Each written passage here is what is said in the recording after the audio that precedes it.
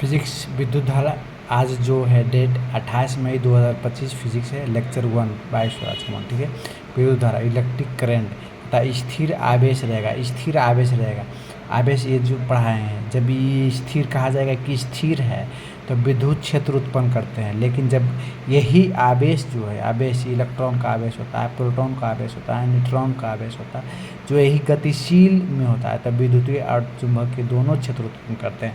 कहने का मतलब हुआ कि स्थिर आवेश केवल विद्युतीय क्षेत्र उत्पन्न करते हैं, जबकि गतिशील आवेश विद्युतीय क्षेत्र और चुंबकीय क्षेत्र दोनों उत्पन्न करते हैं। ओके, तीन भागों में बांटे। कौन कौन? कण, आवेश और द्रव्यमान। इलेक्ट्रॉन जो होता है, कण जो होता है 3 प्रकार के होते हैं, इलेक्ट्रॉन, प्रोटॉन और न्यूट्रॉन जो होते हैं। आवेश, इलेक्ट्रॉन पर आवेश कितना होता है तो -1.6 गुना 10⁻⁻⁹ कूलम होता है। द्रव्यमान कितना होता है?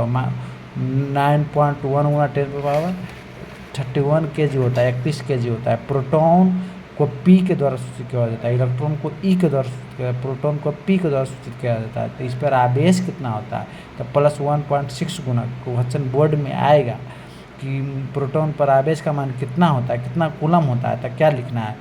+1.6 गुना 10⁻⁹ कूलम। और बोलेगा द्रव्यमान कितना होता है तो 1.67 गुना 10⁻⁻27 kg।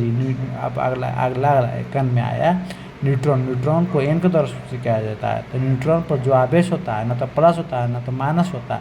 जैसे इलेक्ट्रॉन में माइनस हो गया, इलेक्ट्रॉन में क्या हो गया? माइनस हो गया। और प्रोटॉन में क्या हो गया? प्लस हो गया, प्लस हो गया ना। और द्रव्यमान में 9.1 गुना 10⁻31 kg और प्रोटॉन में 1.67 गुना 10⁻⁻27 kg। और न्यूट्रॉन को N के द्वारा सूचित किया जाता है तो इसका उदासीन होता है। और द्रव्यमान 1.6 गुना 10⁻⁻27 kg। कल जो हम पढ़ाएंगे आवेश करने की विधि पढ़ाएंगे। Okay, thank you.